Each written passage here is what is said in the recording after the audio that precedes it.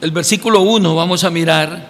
Dice: aconteció que estaba Jesús orando en un lugar, y cuando terminó, uno de sus discípulos le dijo: Señor, enséñanos a orar, como también Juan enseñó a sus discípulos.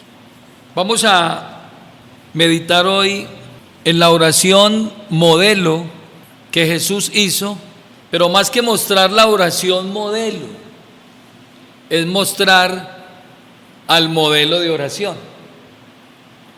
Porque nosotros a veces pensamos en el Padre Nuestro y decimos: esa es la oración modelo. Pero Jesús no solamente enseñó una oración modelo, sino que Él se presentó como modelo a seguir. Pero el Señor nos va a dar una lección hoy de cómo nosotros, antes que presentar un discurso, un mensaje, con nuestras palabras, debemos hacerlo primero con nuestro ejemplo. Y cuando el Señor le enseñó a los discípulos a orar, en respuesta a la petición que ellos le hicieron, como acabamos de escuchar: Señor, enséñanos a orar, como también Juan enseñó a sus discípulos. El Señor ya les había, escúcheme bien, ya les había enseñado a través de su vida, a través de sus hechos. El ministerio de Jesús está saturado, oído a esto, está saturado ¿de qué? De la oración. Está saturado de la oración. El ministerio de Jesús comienza con oración. Una buena manera de comenzar, ¿cierto? Comenzó su ministerio con oración. Dice la Escritura en Lucas capítulo 3, el versículo 21 y 22. Aconteció que cuando todo el pueblo se bautizaba, también Jesús fue bautizado. Y orando, el cielo se abrió y descendió el Espíritu Santo sobre él en forma corporal como paloma, y vino una voz del cielo que decía: Tú eres mi Hijo amado, en ti tengo complacencia. Esa referencia también está en Mateo 3:13 al 17 y Marcos 1 del 9 al 11. Está esa referencia. Jesús está orando y en ese momento dice que el cielo se abrió. Una buena manera de abrir el cielo. ¿Qué dicen ustedes? Orando. Y su ministerio público, ya cuando él sale a predicar, vemos también que después de su bautismo continúa su ministerio con oración. Mire lo que dice Lucas 5:16. Dice la Escritura, veámoslo del verso 15: pero su fama se extendía más y más, y se reunía mucha gente para oírle y para que le sanase de sus enfermedades. Mas él se apartaba a lugares desiertos y ¿qué? Y oraba. Es decir, no solamente su ministerio inicia con oración, su ministerio se desarrolla juntamente con oración, buscando siempre la aprobación del Padre. Y lo está haciendo mostrando su humanidad, porque la vida de Jesús era un reflejo de su naturaleza humana. La vida de oración de Jesús, repito, era un reflejo de su naturaleza humana, no de su naturaleza divina. Él como Dios, porque nunca dejó de serlo, no lo necesitaba, pero como hombre, en su humanidad, lo hacía, dependiendo de quién, del Padre. Jesús ora antes de tomar decisiones determinantes. Ora al inicio de su ministerio, ora durante su ministerio, y en el momento en que Jesús va a elegir sus colaboradores, sus discípulos, también lo hace a través de oración. Note usted que en cada decisión Él está usando la oración. Lucas 6, el verso 12. En aquellos días, Él fue al monte, ¿a qué? A orar. Y pasó la noche orando a Dios. ¿Usted cree que Él necesitaba? Que Él como Dios no tenía la omnisciencia y el conocimiento y sabía quiénes eran los que realmente iban a ayudar, iban a expandir, iban a colaborar, iban a trabajar, iban a avanzar con esa misión. Claro que sí, Él sabía. Él conocía el corazón de cada uno de ellos, pero no obstante aquí dice que Él fue al monte a orar y pasó la noche orando a Dios. Y cuando era de día, llamó a sus discípulos y escogió a 12 de ellos, a los cuales también llamó apóstoles. Es decir, que la elección apostólica tuvo como antesala, ¿qué cosa? La oración. En el momento de mostrar su gloria, su esplendor, su revelación divina, sube con sus apóstoles al monte Tabor. Ellos habían visto su humanidad, pero dentro de esa cubierta había una naturaleza divina, una gloria divina. Lucas 9, 28. Él muestra su gloria en un momento también de ¿qué? De oración. Lea el verso 28. Aconteció como 8 días después de estas palabras, que tomó a Pedro, a Juan y a Jacobo y subió al monte, ¿a qué? A orar. Y entre tanto que oraba, la apariencia de su rostro se hizo otra. Oiga, muy importante eso, ¿no? ¿Será que la oración nos transforma? Claro, nos cambia.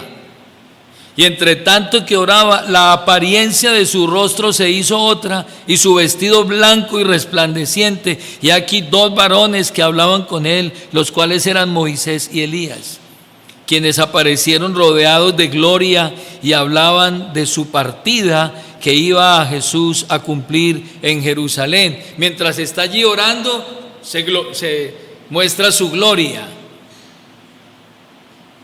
Cada paso que Jesús está dando en su ministerio está precedido ¿de qué? De oración. Importante. Ya en el capítulo 22 de Lucas, lo vemos en la antesala de la crucifixión, Getsemaní. Y en Getsemaní, capítulo 22, el verso 39, entonces allí está ¿qué? Orando como antesala de ¿qué? De su sacrificio. Verso 39, y saliendo se fue como solía al monte de los olivos, y sus discípulos también le siguieron. Cuando llegó a aquel lugar, les dijo: orad que no entréis en tentación. Y él se apartó de ellos a distancia como de un tiro de piedra, y puesto de rodillas, oró. ¿Y qué dijo? Padre, si quieres, pasa de mí esta copa, pero no se haga mi voluntad, sino la tuya. Su ministerio comienza con oración. Es llevado por el Espíritu al desierto, ¿para qué? Para ser tentado, y está 40 días y 40 noches en ayuno y oración. Su ministerio de sanidad y de señales y prodigios está precedido por oración. La elección de sus apóstoles está antecedida por la oración. Es transfigurado en el monte habiendo orado. Ahora está en Getsemaní, en la antesala de su muerte, y él está ¿qué? Orando. En el momento de mayor angustia, él se pone de rodillas y está ¿qué? Orando. Incluso murió orando. Impresionante. Murió orando. Capítulo 23, el verso 46. Qué lección tan tremenda, ¿no? Verso 44. Cuando era como la hora sexta, hubo tinieblas sobre la tierra hasta la hora novena. El sol se oscureció y el velo del templo se rasgó por la mitad. Entonces Jesús, clamando a gran voz, dijo: Padre, en tus manos encomiendo mi espíritu. Y habiendo dicho esto, expiró. Eso fue una oración, porque dice clamando a gran voz. Eso fue una oración al Padre. Esta oración es una oración de confianza. Padre, en tus manos encomiendo mi espíritu. Y habiendo dicho esto, expiró, entregó su espíritu. Noten entonces ustedes, hermanos, que el ministerio de Jesús está rodeado, está identificado ¿con qué? Con la oración. Y cuando los discípulos le dicen a él, enséñanos a orar, entonces él les entrega un modelo. Vuelva allí a Lucas 11. Les entrega el modelo. Pero repito, no solamente les entregó el modelo, él mismo se había mostrado como ejemplo, como modelo de oración. Frente a la petición, enséñanos a orar como también Juan enseñó a sus discípulos, él les dijo, cuando oréis, decid, Padre nuestro que estás en los cielos, santificado sea tu nombre, venga tu reino, hágase tu voluntad como en el cielo, así también en la tierra. El pan nuestro de cada día, dánoslo hoy, y perdónanos nuestros pecados, porque también nosotros perdonamos a todos los que nos deben, y no nos metas en tentación, mas líbranos del mal. Aquí entonces Jesús está mostrándoles a ellos, entregándoles a ellos el modelo de oración. Entonces Jesús no solamente tuvo una vida de oración, sino que ahora les entrega la instrucción de cómo deben orar. Y en primera instancia les dice, uno, la oración no es una oración individual, es una oración colectiva. Ustedes como cuerpo deben orar. Padre nuestro, no dice Padre mío. Eso quiere indicar que nosotros como iglesia, como miembros de un cuerpo, debemos ¿qué? Conectarnos a orar. No es la oración del creyente solitario, del llanero solitario, que dice yo oro en mi casa y no necesito reunirme con nadie para no tener problemas. No, es la oración colectiva, es la oración del creyente que se congrega y que juntamente con sus hermanos se une a ¿qué? A orar unos por otros, porque aquí manifestamos nuestras necesidades, nuestras debilidades, pero también manifestamos nuestro amor hacia los otros, identificándonos con la causa del otro. Y de eso se trata, de llevar las cargas los unos de los otros. Número 2, está mostrando una oración que implica paternidad, una relación de padre a hijo, dándonos a entender con esto que nosotros fuimos adoptados hijos de Dios y ahora podemos decir Abba Padre. Y número 3, nos muestra nuestra posición, y allí está que Él es nuestro Padre, pero también es nuestro Rey, porque Él está en el cielo y nosotros estamos en la tierra. En otras palabras, Él está por encima de nosotros, Él tiene toda autoridad. Y luego Él empieza a desplegar 6 peticiones, y comienzan esas 6 peticiones dándole la preeminencia ¿a quién? A Dios, y luego a nuestras necesidades. Pero primero Él va a glorificar a Dios cuando dice santificado sea tu nombre. Luego va a pedir de que sea ¿qué? Hecha su voluntad. Y luego continúa diciendo que tu reino se establezca y tu reino venga a nuestras vidas. Note usted que comienza ¿con quién? Con Dios, no comienza con usted. Aquel que merece ser glorificado, aquel a quien debe someterse todo ser humano y debe hacerse su voluntad, y aquel que tiene el dominio y el principado y el reinado sobre todas las cosas. Y luego vienen las peticiones que tienen que ver con nuestras necesidades, que tienen que ver también con el perdón y tienen que ver con el crecimiento nuestro, espiritualmente hablando.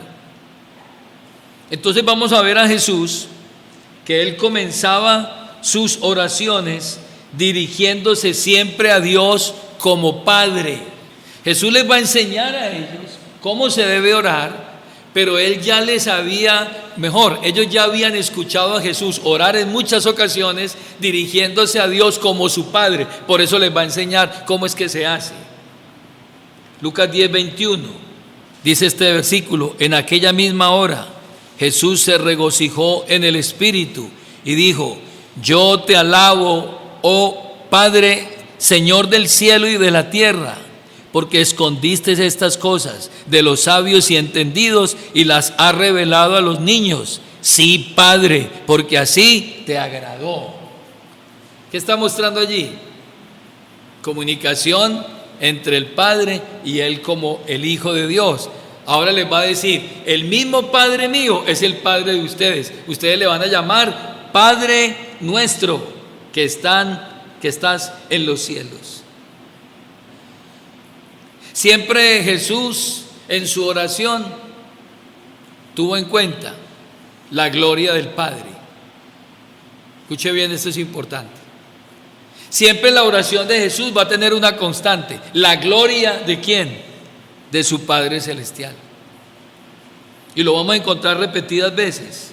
En San Juan 17:1, Él busca la gloria del Padre. Por eso les dice: digan Padre nuestro, y ahora van a santificar el nombre de Dios. Es decir, van a glorificar a Dios en su oración. ¿Qué dice San Juan 17:1? Padre, la hora ha llegado. Glorifica a tu Hijo, para que también tu Hijo te glorifique a ti. Note usted, Jesús les está enseñando que lo primero que usted debe hacer en la oración es buscar la gloria de Dios. Si usted le va a pedir algo a Dios con los motivos equivocados, para usted llevarse la gloria, para usted llevarse el reconocimiento, para usted llevarse los réditos, para usted llevarse el reconocimiento, esa oración está mal orientada. Esa oración no está alineada con los propósitos y el modelo que Jesús enseñó. La oración de Jesús siempre buscó la gloria ¿de quién? Del Padre. Y aquí lo dice claramente: Padre, glorifica a tu Hijo para que tu Hijo también te glorifique. ¿A quién? A ti. Jesús siempre oró buscando el avance del reino. Siempre estaba buscando que el reino de Dios fuera ¿qué? Establecido. Eso está claro. San Juan 11:41. Vaya allí. Y Jesús, alzando los ojos a lo alto, dijo: Padre, gracias te doy por haberme oído. Yo sabía que siempre me oyes, pero lo dije por causa de la multitud que está alrededor, para que crean que tú me enviaste, que tú eres quien gobierna. Note usted que Jesús está mostrando su relación con el Padre, está mostrando cómo debemos glorificar al Padre, cómo establece el reino de Dios, y ahora en su oración nos va a mostrar cómo es que se hace la voluntad del Padre. En su oración final, Lucas 22, el versículo 42, Jesús está mostrando cómo la oración debe estar alineada con la voluntad del Padre. Lean del verso 41. Y él se apartó de ellos a distancia como de un tiro de piedra, y puesto de rodillas oró. ¿Y qué dijo en esa oración? Padre, si quieres, pasa de mí esta copa, pero no se haga mi voluntad, sino la tuya. Por eso tuvo autoridad para decirle a sus discípulos, cuando oren, digan, sea hecha ¿qué? Tu voluntad. Note usted entonces que no solamente les dio ejemplo en el ejercicio de la oración, sino que cada parte de su oración Él ya se las había mostrado cuando oró muchas veces con ellos. Cuando dice el pan nuestro de cada día, recuerdan en la multiplicación de los panes y los peces, ¿qué fue lo que Jesús hizo cuando iba a repartir los panes y los peces? Dice que habiendo tomado el pan, oró y dio gracias y luego lo partió y le dio a sus discípulos y sus discípulos le dio a la multitud, mostrando con eso la gratitud por ese pan que había recibido.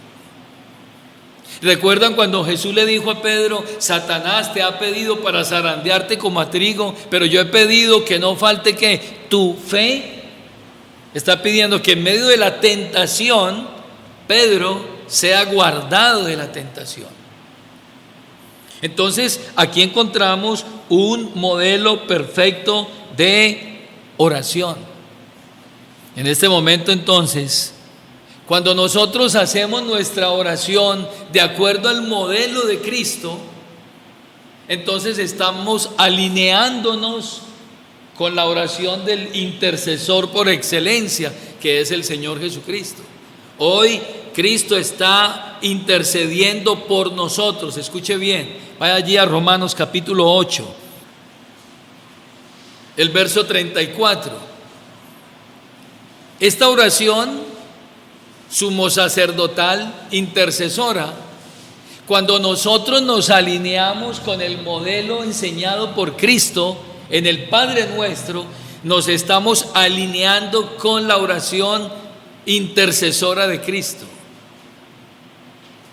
Verso 34. ¿Quién es el que condenará? Cristo es el que murió, más aún el que también resucitó, el que además está a la diestra de Dios, el que también intercede por nosotros. ¿Con qué tipo de oración cree usted hoy que Él intercede por nosotros? Pero pidiendo que la gloria de Dios sea manifiesta, que la voluntad de Dios se haga en la tierra como se hace en el cielo, que el reino de Dios llene hasta el último rincón del universo y que sea hecha la voluntad de Dios en todo lugar. Esa es la oración. Nuestro Señor nos ha mostrado la prioridad de la oración en nuestras vidas y en nuestro ministerio con su propio ejemplo. Y nos ha mostrado la práctica de la oración con el tiempo que invirtió en ella de forma intencional. Y nos ha enseñado la habilidad de orar con su instrucción cuidadosa. Nos ha dicho cómo deben hacerlo y nos ha dado todo lo que necesitamos para tener una oración efectiva, una oración coherente, una oración que pueda ser oída por el Padre, una oración de acuerdo a la voluntad de Dios. Ahora simplemente, hermanos, simplemente, ¿qué debemos hacer nosotros? Pedirle la gracia a Dios para que nos determinemos, así como lo hicieron sus apóstoles y así como lo hizo Cristo, a orar de acuerdo al modelo y a la voluntad del Señor. ¿Usted cree que hoy todavía esa oración que Jesús enseñó tiene vigencia? Claro. Vamos a orar para que Dios sea glorificado en nuestras vidas primero, en esta iglesia sea glorificado, en este país Dios se glorifique. Vamos a orar hoy para que sea hecha la voluntad de Dios en su vida, en mi vida, en la vida de la iglesia y en la vida de cada hombre o mujer en esta nación. Vamos a orar para que el reino de Dios se establezca en cada corazón de cada creyente, de cada hombre o mujer, pero que finalmente el reino de Dios se establezca por completo en este mundo. Falta poco, yo sigo convencido de eso, falta muy poco, Oremos también por nuestras necesidades. Demos gracias porque Dios ha suplido lo necesario, el alimento, el sostenimiento. Vamos a orar para que seamos guardados del tentador, del acusador de nuestras almas. Y finalmente oremos para que Dios sea glorificado en todas las cosas que hacemos. Padre, muchas gracias en esta preciosa noche. Señor, tú nos has dado a Cristo como un ejemplo para nuestras vidas, un ejemplo de santidad, un ejemplo de amor, pero también un ejemplo de dependencia.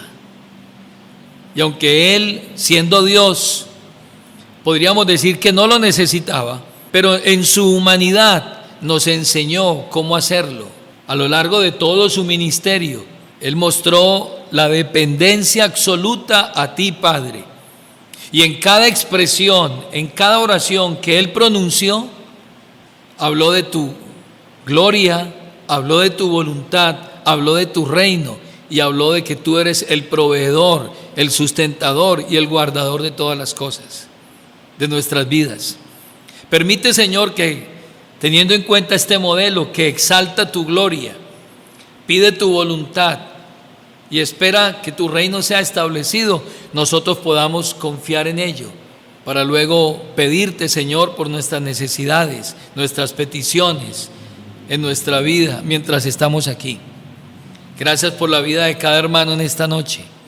Lo pedimos en el nombre de Jesucristo. Amén.